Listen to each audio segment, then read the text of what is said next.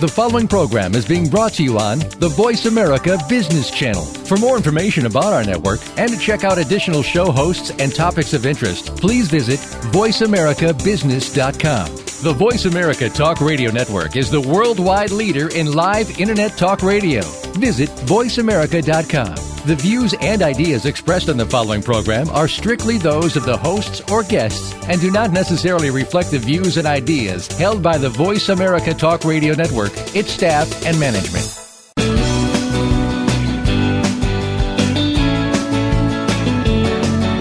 In the past few years, we've heard the term free agents and been told we would all need to become one in order to succeed. The recent economic structures have helped to promote this concept as reality. Where do we get the tools to take control of our career path in the present and future? Welcome to The Career Confidant with your host, Marie Zimenoff. Marie and her guest experts are here to provide you with the tools you need to move forward and achieve your career goals. Now, here is Marie Zimenoff. Welcome to the Career Confidant, and thank you for joining us today. As you know, we're always trying to bring you the latest and greatest in the career advancement and career management world so that you can take control of your own career. Today, we are excited to have a special guest with us, Melanie Lynchy. And Melanie is one of the most creative and lovely storytellers that I know, and she is here to talk with us today about how to make your personal story, your career story, have more personality, clarity, and authenticity. And I know this is a big topic as we look at social media and it becomes more and more crowded and you're trying to stand out. So, Melanie, we're so excited to have you here with us today. Thanks so much, Marie. I'm excited as well. So, I love this, that, you talk about marketing. And marketing can be so boring, or it can be overly cutesy. It's hard to really make an impact. And when we were at the Career Thought Leaders Conference not too long ago, you gave a wonderful presentation about how marketing can influence our career documents and our career approach on LinkedIn and other places. So will you share with us a little bit about your approach to career marketing? Yeah, absolutely. Absolutely. I think that may be part of the reason why it's part of me attaching what we're doing, because before I was a career storyteller and writing resumes and LinkedIn profiles, I was working in HR and marketing. And so, one of the people that has spoken to me for quite some time, speaks to a lot of us, Seth Godin, and his idea is like the riskiest thing you can do now is be safe. Some of the other premises he speaks of is, simply ordinary is boring. We tune out what we see repetitively. Smart marketers promote their products differently. And if you give your content a spin or a hook, then others will pay attention. Also, if you just deliver this info in the same boring way as everyone else, it'll fail to get you noticed. And so, like you had started to say as well, in a time when more than 2 days worth of content is uploaded every minute onto YouTube, only that which is truly unique and unexpected can stand out. And so we're in the same realm when we're talking about living in a world where it's easy to apply for a job as just clicking a button. There's a lot of volume out there, but what's standing out, there's not much that's out there to stand out. And so that's why I work with my clients into helping them in that area. Part of some of where I also got some of my ideas from, or backing of my ideas, is Carmine Gallo, author, wrote this wonderful book, Talk Like Ted, and he comes from a marketing background. And so he really speaks about novelty in public speaking, and which is defined as the quality being new, original, or unusual. But that novelty is really what gets people to stand up and take notice. It's actually the single most effective way to capture attention. And even neuroscientists agree the brain doesn't attach to boring things. So if we increase novelty, we increase dopamine levels. And we increase dopamine levels, then you make an experience and information more memorable. And so you might be asking, what's this have to do with your resume or LinkedIn profile? But to me, it has everything to do with it. Because as even Maya Angelou would put it, people will forget what you said, they'll forget what you did, but they will never forget how you made them feel. So I believe that your resume and your LinkedIn profile are your career marketing materials. So why wouldn't you apply marketing principles? And since science tells us that information loses its punch when delivered the same way over and over again, then why wouldn't you want to present your career in a way that's different than the others around you? Present it. Why would you want to strip away the you from your work, or a way that mirrors everyone else? So as a smart marketer of my clients' careers for the past 10 years, I've simply translated or taken some of Gallo's, what he had put together in talking about novelty within presentations and storytelling, to career storytelling with personality and authenticity, because while it might sound strange for people to consider themselves as a product, they are the product. When in marketing, or your resume and your LinkedIn profile are essentially your marketing tools for your career. Yeah, and that everybody's do start to look the same, and yet people want to stick to that tradition. So it's so interesting to see the work that you do, and even to hear some of our colleagues, right, other professionals respond to it and say, that it's not that it's not good, because it is, but that they're just not ready for it. And even people who are in the field aren't ready for it, but that doesn't necessarily mean that it's not the right way to go. Yeah, absolutely, absolutely. I believe it, in talking at the conference, I did notice there were some who were, just shifting in their chairs and avoided eye contact with me afterwards. I could get this sense they're simply not ready to move forward or to try or do something different. But I think that also what I shared at the conference was the results that my clients are getting. And I definitely... Would you like me to share some of those with you and your audience? Well, before we dive into that, I think that's probably part of why it works, right? When not everybody's adopted it yet, then it stands out. And there's still an element to understanding our audience and our brand and doing something that's appropriate, right? I'm sure you have a range of personality. It's not that everyone is outlandish, or I know that you have an example of a LinkedIn profile where someone cusses, and that's not going to fit for every client and or every audience. So it's not that you have to do something because it's the thing to do, but it's just the thought of how can you stand out and be different in a way that makes sense for you and your audience, right? Yeah, absolutely, absolutely. And I actually just published a blog on this where I do list different ways to add personality. And so breaking those down, essentially by adding the unexpected, just a word breaking up a phrase with a word that's not as commonly used, adding the unexpected, designing a little bit differently, breaking a pattern, telling a story, packaging it differently within design, demonstrating passion, and then, I think for some people infusing humor may be a little bit over where it feels like it's over the top, but personality comes in all of those different ways and can be shown in all of those different ways, the unexpected, breaking a pattern, the hook. Yeah, it doesn't have to be. I think sometimes when I hear our colleagues talk, they've seen your most quote unquote extreme example and think that that's what you're saying everybody should do, but that's not what you're saying. What you're saying is to do something that's different. And for that one person, it was quite outlandish, or whatever it might be. But that's not the point of what you're saying. Absolutely, absolutely. I think that even with something, an example for a client, a hook up top, where if I do put something that goes along with his job title, for one client, multilingual media strategist, and then I put ... who lives and breathes media. It's just something a little bit different. It's not outlandish, but it catches attention and shows that there's a person behind that resume, not just a title. Right, and this is one of the things that people are talking about on LinkedIn anyways, that your LinkedIn profile should read like it would be if I was talking to you in person. And that is that is the definition of authenticity, right? It should read like I was talking to you, not like it should read like I was talking to Melanie for any of your clients, right? Yeah, absolutely.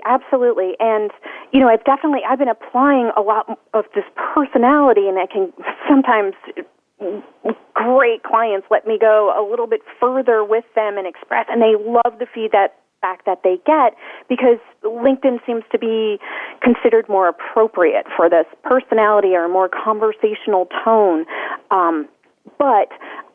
And that's why everything I'm saying actually does apply to LinkedIn as well. But I'm also saying that within resumes and cover letters at this time, it's a fantastic place to show a little bit about who you are and be a little bit different to stand out. And I really feel that as well, by being authentic, you're going to put yourself in the types of situations, company cultures, environments, you're going to be around like-minded professionals that you want to be by showing more of the kind of professional and person and professional you are. Well, and this is the part of brand that takes guts, right? It's easy to say that you're going to stand for something, but when you stand for something, you automatically turn some people on, which is what you want, but you automatically turn some people off. And that's the scary part for most people in having a strong brand, is that when you do that, you are setting yourself up to fit into certain cultures and to not fit into others. And there is a good reason to do that, but I know it's scary for most people. Yeah, exactly. And it does. It actually brings me up to that first quote that I mentioned with Seth Godin. The riskiest thing you can do now is be safe. I truly believe we spend 70% of our waking hours at work. Do we want those to be happy hours, or do we want those to be just simply hours where we're grinding away? And I'm hoping that a lot of you out there do have the courage to want that job, or to want to spend those 70% of your waking hours doing what you love and what you enjoy.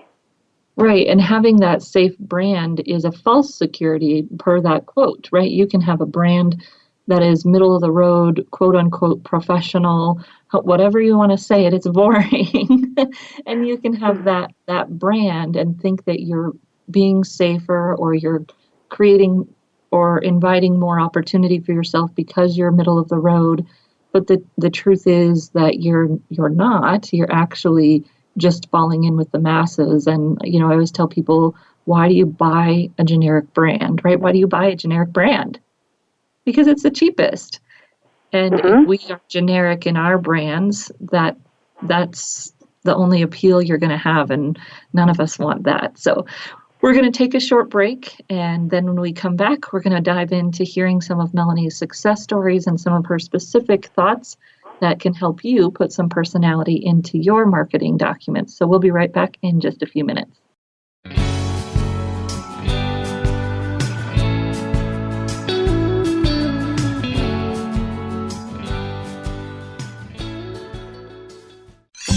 Your favorite Voice America Talk Radio Network shows and hosts are in your car, outdoors, and wherever you need them to be. Listen anywhere. Get our mobile app for iPhone, BlackBerry, or Android at the Apple iTunes App Store, BlackBerry App World, or Android Market.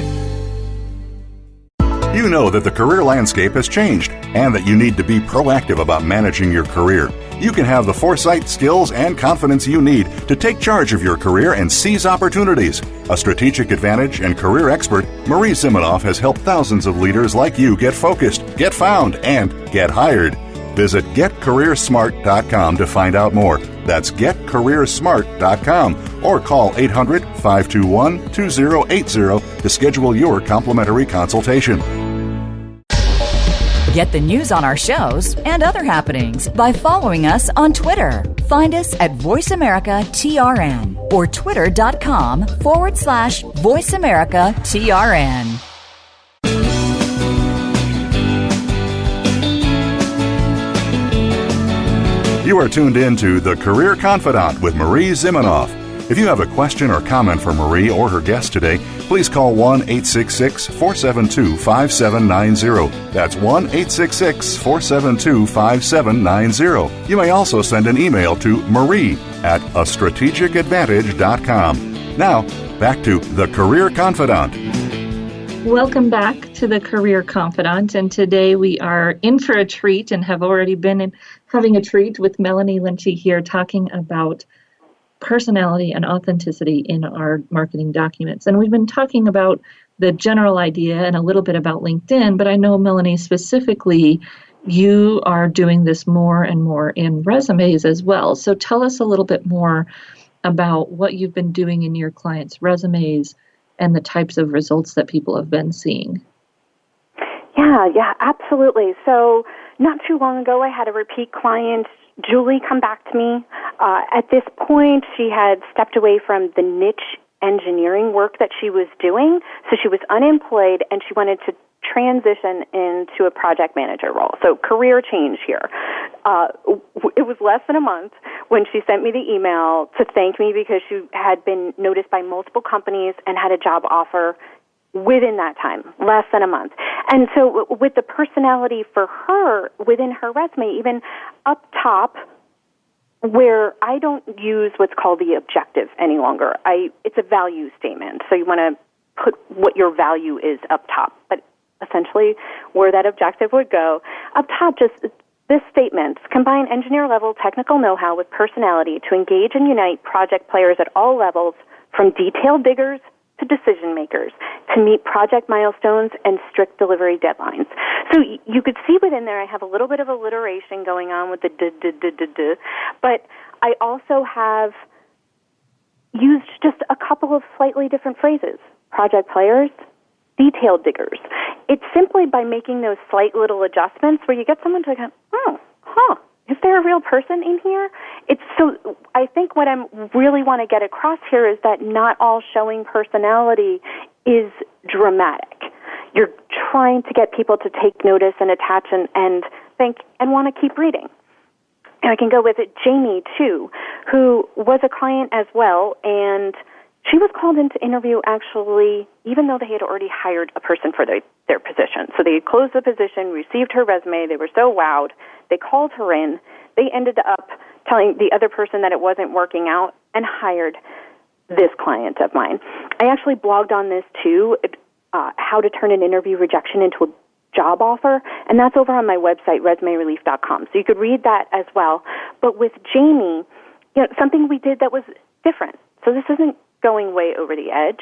We added some snippets from her performance evaluations up top. So where maybe a value statement or the old objective used to be, instead we put some snippets from her performance evaluation. Jamie leads the organization and looking for ways to improve quality. Jamie is a role model because of her dedication and commitment to excellence. And one more. And this showed them a little bit of who she was. It definitely looked different. It wasn't what they were used to seeing, and it helped the reader attach. And then when we went on to describe her current role, hyper-organized work style helped earn promotion to managing day-to-day general office needs, while neurosis for detail and talent for numbers, ... So I'm fitting in keywords, talking about her promotion, but also using just slightly different by saying hyper-organized and mentioning her neurosis for details. She was comfortable with that, and I think that also really helped to get her noticed. Then I have another client, Diego. He went from being unemployed for months to pulling off a complete career change, new dream job. That was in 5 weeks. We packaged him differently. We used a one-page resume with that client, emphasized his value relating to what he was seeking. We had subtle sprinkles of humor, and really emphasized the passion for the work that he was doing, and that really helped him pull off his career coup. Another client, Brian. So you want to talk executive level. This guy was definite. He was all about the dollar signs, and those were his words, not mine. Executive medical device and software sales dude, who was awesome. 6 changes in company and product ownership, 6 positions, promotions over his 14 years. And we packaged that all nice and tight within 2 pages. He wasn't going to leave his job unless he had something even better, one that made him more money and didn't force him to relocate. So he started selectively sending out his resume, very selectively.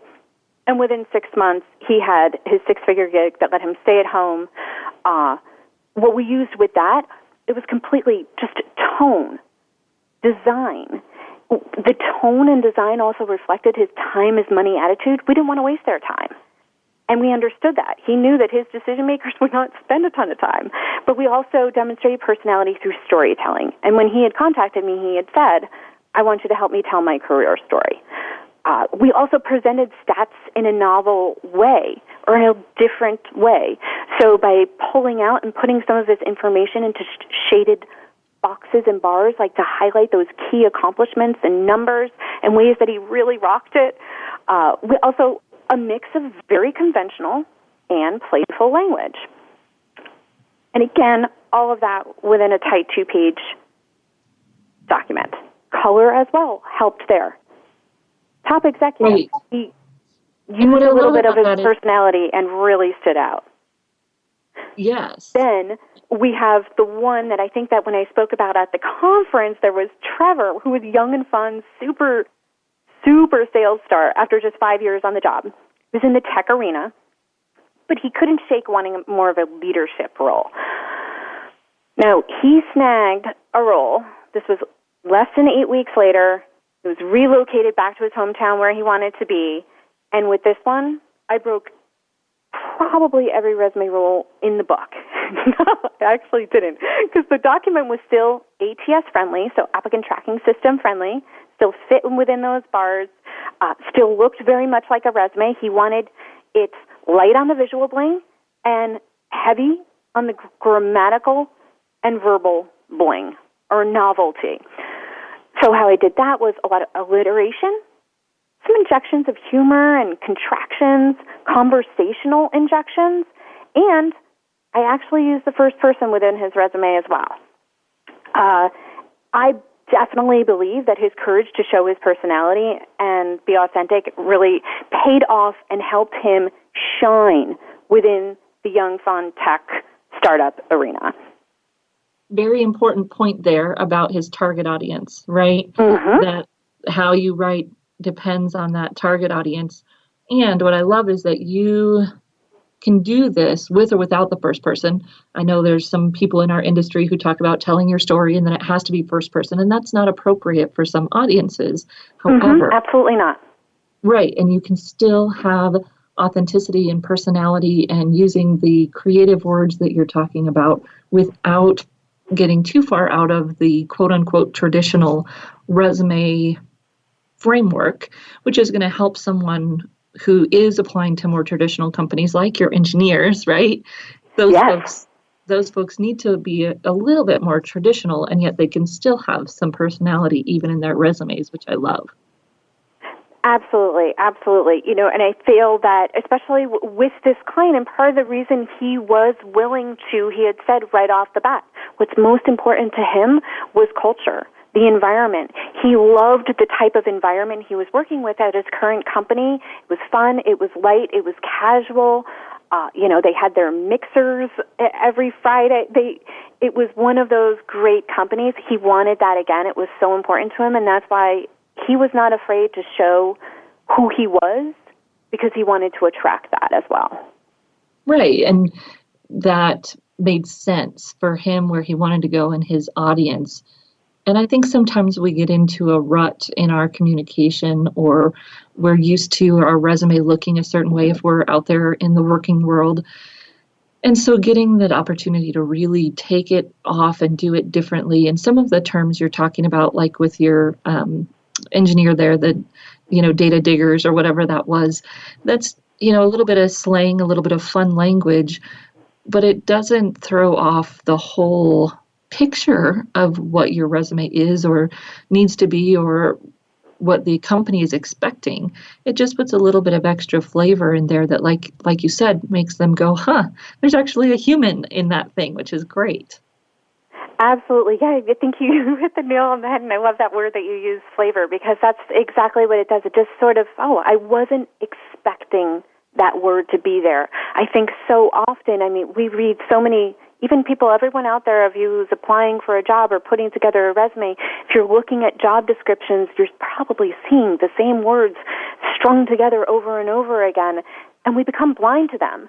And so recruiters and people looking at these resumes and LinkedIn profiles, they're blind to all these strings of words together, so common, which is why just breaking that up a little bit. And I did share as well at the conference, one of my favorite bookmarks of all time on my computer, favorite website, thesaurus.com. I am constantly going there whenever there's a word that I'm thinking, if I could just change this word to something a little bit different that might stand out a little bit more, I'll plug it into thesaurus.com, and time after time I'm just, I'll do a little fist pump because I'm so excited I found something that was just slightly different that fit within that realm that helped the sentence, the phrase, the sentiment to stand out just a bit more. Right, and I go to that site as well, and my guess is that when most professionals or professional writers go to that site, you type in your word, and there are the things that show up on the left that are the perhaps most appropriate uses of an exchanged word, and then the things that show up towards the right are more slang or informal, and I would bet that most people tend to think they should stay away from those things on the right, and I would guess that a lot of the times the things you're using are the things listed more towards the right where it is less formal or perhaps less of a match even, but a little bit more creative. Yeah, absolutely. And I think I had shared this example at the conference as well where there a client who, and this is a little bit different, we're talking LinkedIn headline now, but it's the same thing. Everything, all of this can benefit your audience and give them some ideas, but he, technical software guy, was just all in the data and the code. One of the things that he kept telling me was essentially there wasn't a bug that he couldn't fix. Not a bug he couldn't figure out. So when we got down to it, a LinkedIn headline, scratched in my head. I wanted to put in some of the technical terms of his job, but also was there a way to put in something different? And so I asked him, I said, what do you think about bug whisperer? And he was like, didn't really sit well with him.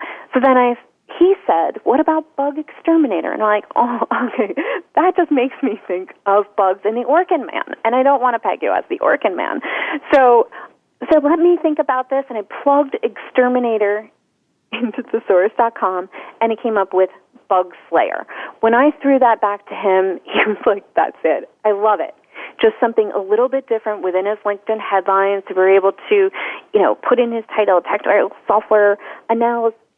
And so this way, if someone were searching for his job title, they would find that, but that also putting in, a little dot or a space or symbol and bug slayer. I love it. Well, on that note, we're going to take a break. We'll be back in just a few minutes to hear more great stories and insights from Melanie.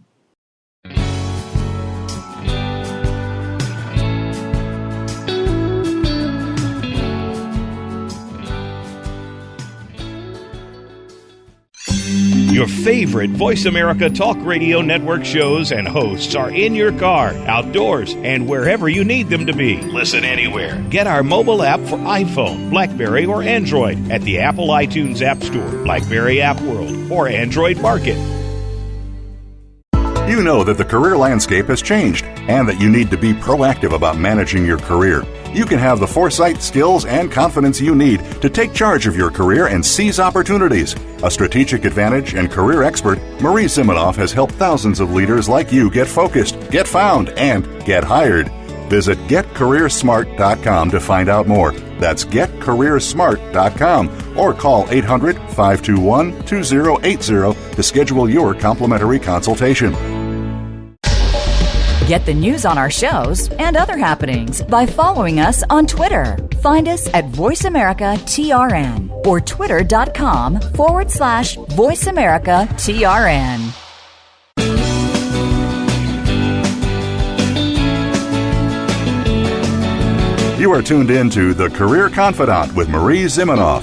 If you have a question or comment for Marie or her guest today, please call 1-866-472-5790. That's 1-866-472-5790. You may also send an email to marie@astrategicadvantage.com. Now, back to The Career Confidant. Welcome back to the Career Confidant. And if you've missed the last two sessions, you've got to go back, get the recording, download it, and listen, because Melanie Lynchy is here with us just talking about some of the ways that you can infuse some personality into your document in whatever way is most appropriate for you and your audience. And always realizing that that audience shifts from our resume to our LinkedIn profile, but there's no reason to lack personality in any of those things because we're trying to stand out in all of those things. So Melanie, right before we went to break, you were sharing a story of a programmer, developer who called themselves the bug slayer in their LinkedIn profile heading. And the important part there also is that you're using a mix of the traditional terms that a recruiter would search for, very important to get found on LinkedIn, to use those terms. But you have space and time and words to not just put those boring things in, right? Absolutely. Well, of course, the LinkedIn headline is the most valuable real estate on your LinkedIn profile. It's 140 characters, and typically when anyone's searching, like I said, with those terms, you do want to put in the job titles to be searched for as well. But yes, you do have the freedom, and I was actually able to put 3 titles in there. So really try to make the best use of that space as possible. And also just know that first, what's up front is going to show up first. So I actually did put Bug Slayer last. So if it, for whatever reason, was cut off via view on however it's being viewed, mobile, tablet, whatnot, it wouldn't be death. But it will show up on most devices in order to get attention. And I also did something similar with an engineer I worked with recently. It was mechanical engineer, and then I put a little symbol dot, and then design engineer, symbol dot, and then perpetual tinkerer. Because he kept using that phrase that he was a tinkerer. He tinkered with everything. He's been tinkering since he's a little kid. So that became part of his story, which I told within his LinkedIn summary, but within the headline. And I did also use it on the resume as well as one of his competencies, just to break up a little bit of the monotony there.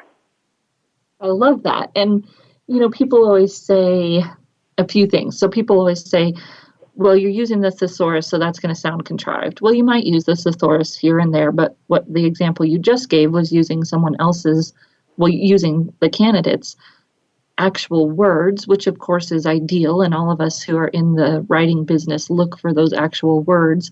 And that's probably the hardest thing to get to if you are a candidate out there trying to do this for yourself. Talk about your story into a recorder, call yourself, leave a voicemail, or get with a friend or colleague and tell your story, because my guess is that they're going to hear words that you say that you don't even think about, like tinkerer, and be able to reflect those back to you. But that's also the power of working with someone like Melanie, is having them help you figure out what those words are that are actually yours, and then mixing in some others that may fit.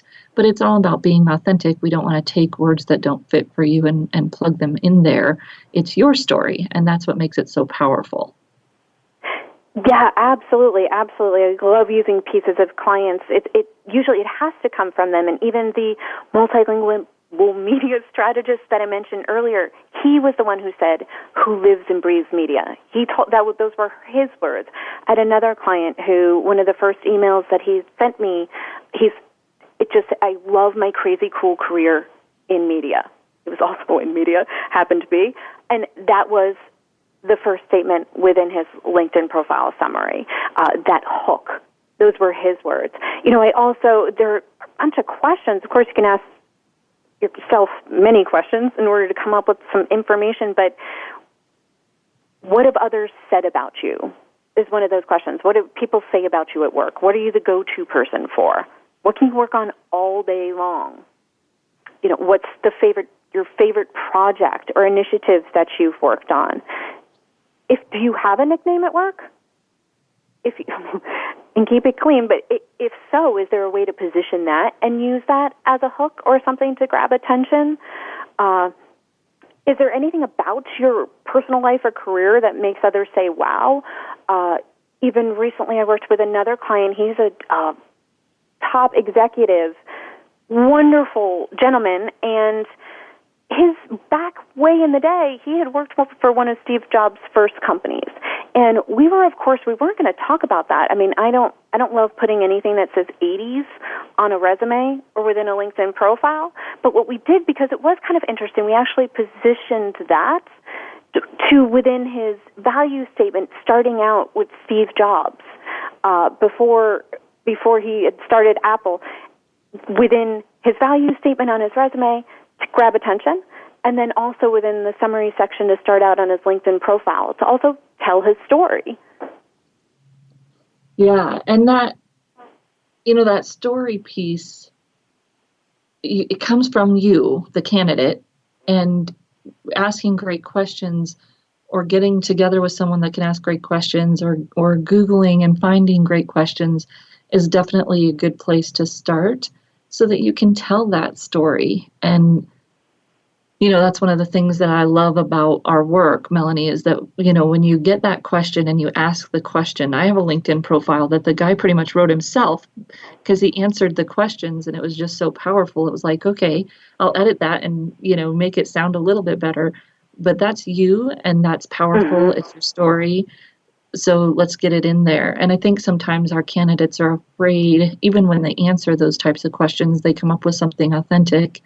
They're afraid to share those authentic things. So tell us, based on your work, is there a segment of population that you think this works for and a type of person that this doesn't work for?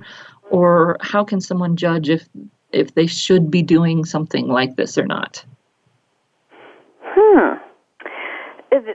That's a good question. Well, I think that people have to be comfortable to a degree. I also don't think that it doesn't hurt to, this is one of the statements I live by, is feel the fear and do it anyway. Because I do believe that if you're not challenging yourself, then you're not really learning. So I suppose at times I may be challenging my clients because so often after speaking with them, I'm like, wow, this is an amazing career you have, and you haven't been doing it any justice. I'm excited for them and excited to tell their story. And so I think that by providing some of the opportunities, like just the adding the unexpected or maybe learning if you want to just design it a little bit differently, but the telling the story, a career story, there are different ways to do that may be helpful as well and won't make people feel as intimidated to try something new. But the way when I talk about the story, so framing as a story presents the opportunity to share more of the relevant who, what, when, where, why, and how. What were some of the challenges you overcame? It enables you to give more context to your accomplishments. And when there's more context, then your reader can really feel the achievement. So shaping your bullets on your resume to take your readers on a sequential journey through your career can be one way of doing that. There really is always a story. So you could tell a story about a company. So your journey through the company, were you there when it first started? Have you helped them since you've been there? Have they grown $4 million? A product? Have you been with a product from the ground up? A brand? What have you helped as far as increasing brand recognition? Tell a story of a client win, a big win for them, a team accomplishment, your progression up the career ladder, a great project. What is it, starting out from here behind schedule, or maybe you took it over from someone else.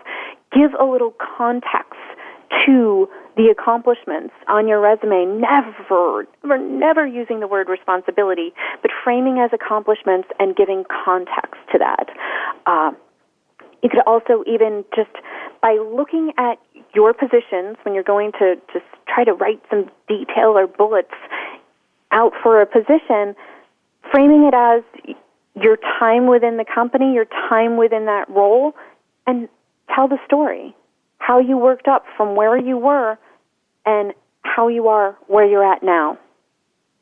Right. It doesn't have to be over the top. It's just really focusing in on telling your story. And like you said, that context can be so important. And a lot of times people leave that out. We got so focused on accomplishments for a little while in our business that people were just listing, hit targets every year. Well, that's great. And even if you have some numbers, that's great, but it doesn't tell us what the challenge was. And I always say the challenge is the sexy part. Don't leave out the sex appeal. Tell me what the mystery was there. What was behind that? What is the challenge that you had to overcome to achieve that? And so it's more in the way that you tell the story and somewhat in the language, but a lot of it's just getting out of, although we still need to write tight and crisp, we don't have to leave out the context. There's a way to have a happy medium there. So I think that we are closing in here on our minutes with you, Melanie. And so I will have you share with people one more time how they can get a hold of you, how they can read your stuff that can help inspire them to be more authentic and have more personality in their approach. Absolutely. Perfect. Yeah, and I have PDF examples on my website at resumerelief.com. Again, it's resumerelief.com. So they can head to Sample City on my site. You'll be able to pull up full PDFs of some of the resumes, cover letters, complimentary LinkedIn profiles as well. So help you get some ideas from those items, as well as my blog. I write tons about how to do this yourself, ideas and tips so that you can incorporate some of this within your work. And definitely, if you subscribe to my blog as well, you'll get a free copy of my ebook, which is how to make and maximize LinkedIn connections. So hopefully, I'll see some of you over there. Perfect. Well, we're so happy that you came and joined us and shared your wonderful thoughts and out-of-the-box ideas. And if you're listening, don't go anywhere. We're going to come back here for just a few minutes and package it all up for you, give you a few things to think about as you head out and embark on this great work. But we'll say goodbye to Melanie, and thank you so much for joining us here today.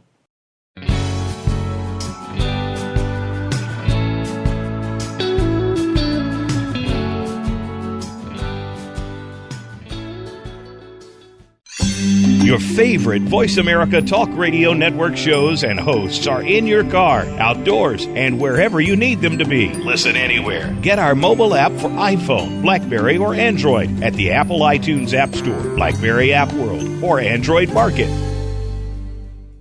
You know that the career landscape has changed and that you need to be proactive about managing your career. You can have the foresight, skills, and confidence you need to take charge of your career and seize opportunities. A strategic advantage and career expert, Marie Zimenoff has helped thousands of leaders like you get focused, get found, and get hired. Visit getcareersmart.com to find out more. That's getcareersmart.com or call 800-521-2080 to schedule your complimentary consultation. Get the news on our shows and other happenings by following us on Twitter. Find us at VoiceAmericaTRN or twitter.com/VoiceAmericaTRN. You are tuned in to The Career Confidant with Marie Zimenoff. If you have a question or comment for Marie or her guest today, please call 1-866-472-5790. That's 1-866-472-5790. You may also send an email to marie@astrategicadvantage.com. Now, back to The Career Confidant. Welcome back to The Career Confidant, and today we've been talking with Melanie Lynchy from Resume Relief about putting some personality into your career documents. And this is something that we've been talking about a while on LinkedIn, and we know that LinkedIn needs to be conversational, first person, all of those things. And yet it also needs to have some personality. And the way that you do that does not have to be done in any certain particular way. On LinkedIn, it may be telling your story. It may be having some humor. There's all different ways that you can do it on LinkedIn, as well as Melanie was talking about in your resume. So here is one of the things that I hear from people when we start talking about this. One is, I'm going to be unprofessional. Well, I think Melanie shared a lot of examples today, and you'll see more on her website, that fit within the traditional framework of a resume.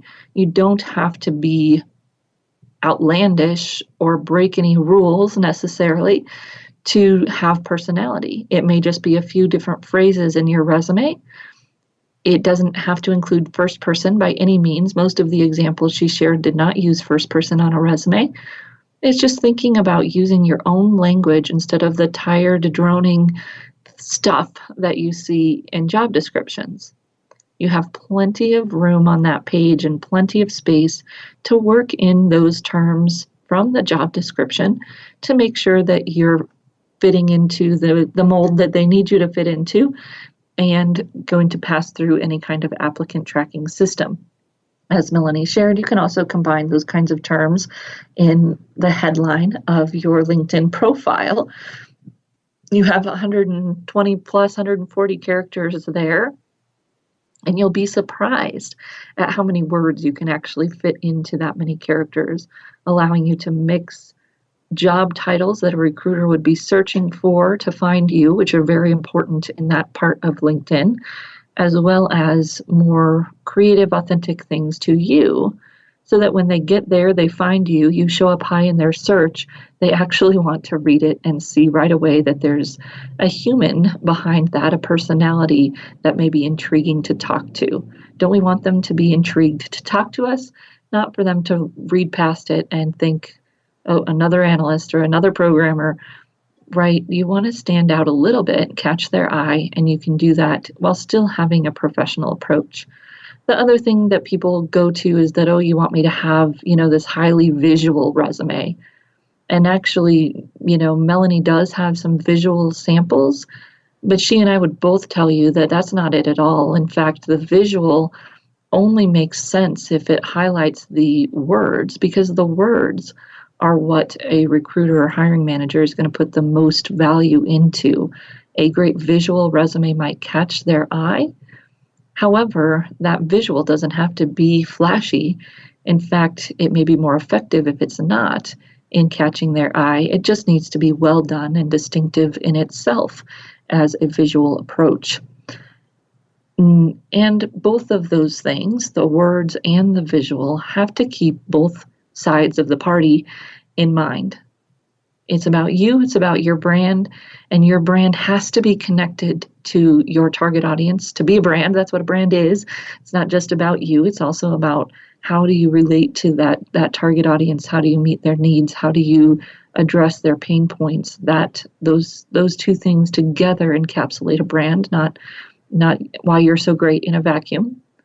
And so we've got to consider both of those as we put together our document, both visually and in the words that we share. And when we do that, and the visuals are meant to benefit the words, meant to highlight the words, meant to draw the eye through the document to the words, that's when we have an effective document. And that is going to shift a little bit depending on your audience.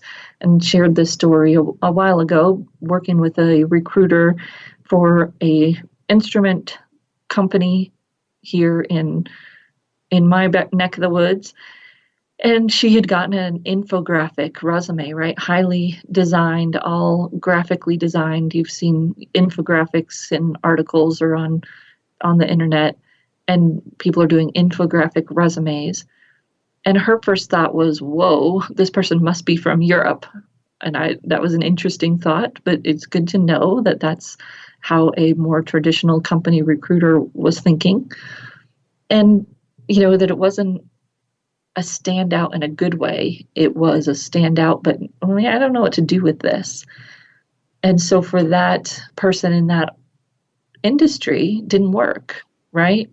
However, if that person had done a semi-infographic resume that still included all the words that recruiter was looking for, the success stories, the numbers that made sense, the stories that proved that person could solve their pain, it probably wouldn't have mattered as much. So when we're thinking about graphics and or words, there's always that balance of professionalism, personality, and attention given to what makes sense for the type of position you're applying to, the type of company you're working with. How can you stand out? And a lot of the things Melanie's talking about are very subtle, and they stand out because they are a little bit different, but they're not slap you in the face, totally off the wall. She does have a few of those examples for sure. But when she does that, it makes sense either because the individual is that strong of a brand and they're willing to really take that risk, then it makes sense, or the audience that they're targeting is going to be on board with those things. So there's multiple layers here of creativity that you can take, and don't write off this thought, this premise, this peak of an idea because you only look at the most extreme examples. Look at some of those that are just a nuance. And, realizing that you can have personality. We want that to be empowering. We want your documents, your LinkedIn profile to have your words in it. And a lot of people I know, when they go to work with a professional resume writer, they get freaked out because they think it's going to not be them. And a good resume writer should make it you. That is the purpose. That's the point. They ask great questions. They capture your stories. They capture your themes. Sure, they're going to help you throw in the words that you need to throw in, or maybe help you find a few fun words that fit with you but didn't come out of your mouth necessarily. But really, it's about telling your story in your authentic voice. And you can do that professionally. You can do that without first person. And you can do that without being outlandish. So don't let any of those fears or perhaps excuses get in your way of trying to do something a little bit different. Because as she said, quoting Seth Godin, the worst thing you could be today is safe. So have fun. Go visit Melanie's blog, and we feel excited to share that information with you and would love to hear your thoughts, questions, or talk you through concerns. If you want to write to me at Marie, Marie, at astrategicadvantage.com. And we'll see you right back here again next week on The Career Confidant.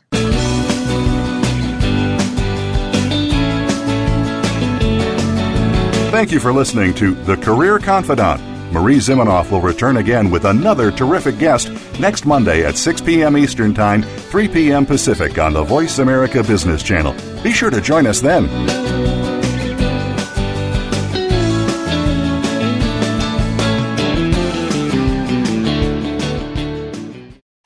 Thanks again for listening to the preceding program, brought to you on the Voice America Business Channel. For more information about our network and to check out additional show hosts and topics of interest, please visit voiceamericabusiness.com. The Voice America Talk Radio Network is the worldwide leader in live Internet talk radio. Visit voiceamerica.com. The views and ideas expressed on the preceding program are strictly those of the hosts or guests and do not necessarily reflect the views and ideas held by Voice America Talk Radio Network, its staff, and management.